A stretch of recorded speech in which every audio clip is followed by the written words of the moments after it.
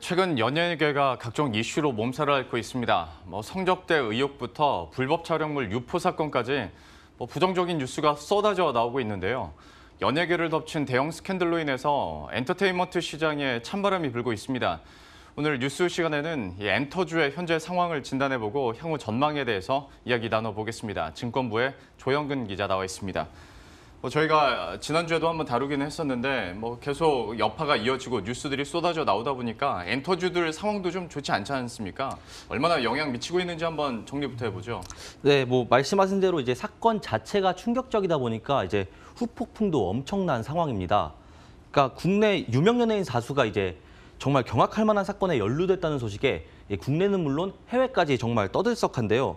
그러니까 해외에서는 이번 사건을 일부 인물이 아니라 K-팝 전체에 초점을 맞춰서 보고 있습니다. 그러니까 지난해 방탄소년단 때문에 이제 K-팝이 뜨거운 한 해를 보냈었는데요. 이제 이번 사건이 K-팝 열풍에 찬물을 끼얹을 수 있다, 이런 반응이 나옵니다.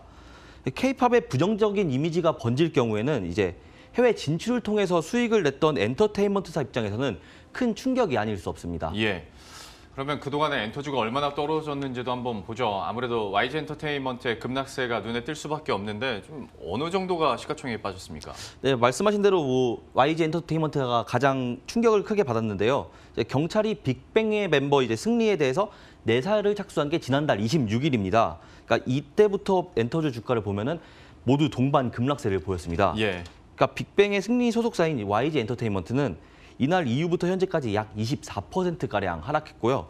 이게 시가총액만 2,100억 원이 증발한 건데요. 이제 사건과 연루된 혐의를 받는 또 CN블루의 이종현 씨, 그리고 FT 아일랜드의 최종훈 씨가 소속되어 있는 FNC 엔터테인먼트의 주가도 같은 기간 20% 하락했습니다. 이게 문제는 이제 사건과 연관이 없는 엔터주들도 같이 동반 하락하고 있다는 건데요. 이게 YG와 FNC 외에도 이제 JYP, SM, 큐브 엔터 등 주요 상장사 주가가 모두 하락하고 있다는 겁니다. 예. 그러니까 지난달 26일 이후로 봤을 때 현재까지 이 5개사에서 증발한 시가총액만 6천억 원에 거의 달합니다. 예. 참 증권업계에서는 앞으로의 전망을 어떻게 보는지도 궁금해집니다. 많이 떨어졌으니 사야 되는 건지 아니면 이렇게 투자 심리 자체가 위축됐으니 조금 더 조심해야 되는 건지 취재해보면 어떻습니까? 네, 일단 증권업계에서는 엔터테인먼트 업계에 대한 신뢰가 흔들리고 있다, 이렇게 분석하고 있습니다. 그러니까 업계 전반에 대한 불안감이 커지면서 전반적으로 센티멘털이 약해진 상황이라고 보는 건데요. 특히 외국인 같은 경우에는 개별 종목보다는 이제 전체 업황을 먼저 살펴보는데 이제 해당 사건이 투자 심리에 크게 영향을 미쳤을 거다, 이런 분석이 나옵니다. 한 외신에서는 K-팝 스타를 걸어다니는 시한폭탄이다, 이렇게도 지칭했는데요. 예. 그러니까 이 말이 이제 현재 엔터 업계를 이제 바라보는 외국인의 시각이다, 이렇게 말할 수 있을 것 같습니다. 한편 사건이 불거진 후에 가장 두드러지게 매도세를 보이는 곳은 기관입니다.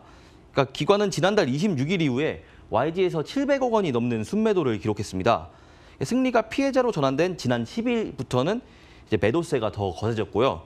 그러니까 화면에서 보시는 것처럼 이제 주요 엔터주 대부분에서 비슷한 모습이 나왔습니다. 그러니까 해당 종목의 변동성이 커지면서 이제 안정적인 운영을 해야 하는 연기금에서 이제 매도에 나선 것이다, 이런 분석이 나옵니다. 예. 앞으로의 전망들, 포인트들 하나하나 짚어보도록 하죠. YG부터 한번 시작을 해볼 텐데 여기는 또 이번 주에 제가 알기로 주총도 앞두고 있는 상황이고 좀 시끌시끌할 것 같은데 다른 포인트들 뭐가 있을까요? 네, 이제 YG 같은 경우에는 이제 가장 중요한 포인트는 승리 사건이 어떻게 정리되느냐, 이 부분도 있긴 한데 예. 이제 다양한 또 계약들이 걸쳐져 있어가지고 이 문제도 좀 주목해봐야 될 것 같습니다. 예. 프랑스 명품 업체인 루비통 그룹과 맺은 상황전환 우선주 계약이 만기를 앞두고 있는 건데요. 그러니까 상황 우선주는 약속한 기간이 되면은 발행회사에서 상환을 받거나 아니면 발행회사에 보통주로 전환할 수 있는 권리가 붙은 우선주를 말합니다. 그러니까 투자자 입장에서는 상환 가격보다 주가가 높으면 보통주로 전환하는 게 유리하고 아니면은 반대인 경우에는 상환을 요구하는 게 더 유리하다, 이런 겁니다. 그러니까 계약 당시 루비통 그룹이 계열사를 통해서 610억 5천만 원을 투자했는데요. 그러니까 상환 청구일은 오는 10월 16일로 주가가 상환 가격인 43,574원을 밑돌 경우에는 상환을 요구할 가능성이 더 높습니다. 예. 그렇기 때문에 이제 이 경우에는 이제 YG는 계약 조건에 따라서 연복리 2%의 이자를 더해서 총 670억 원을 상환해야 합니다. 이제 또 근데 YG 같은 경우에는 향후 실적에 대한 우려도 지금 나오고 있는데요. 네.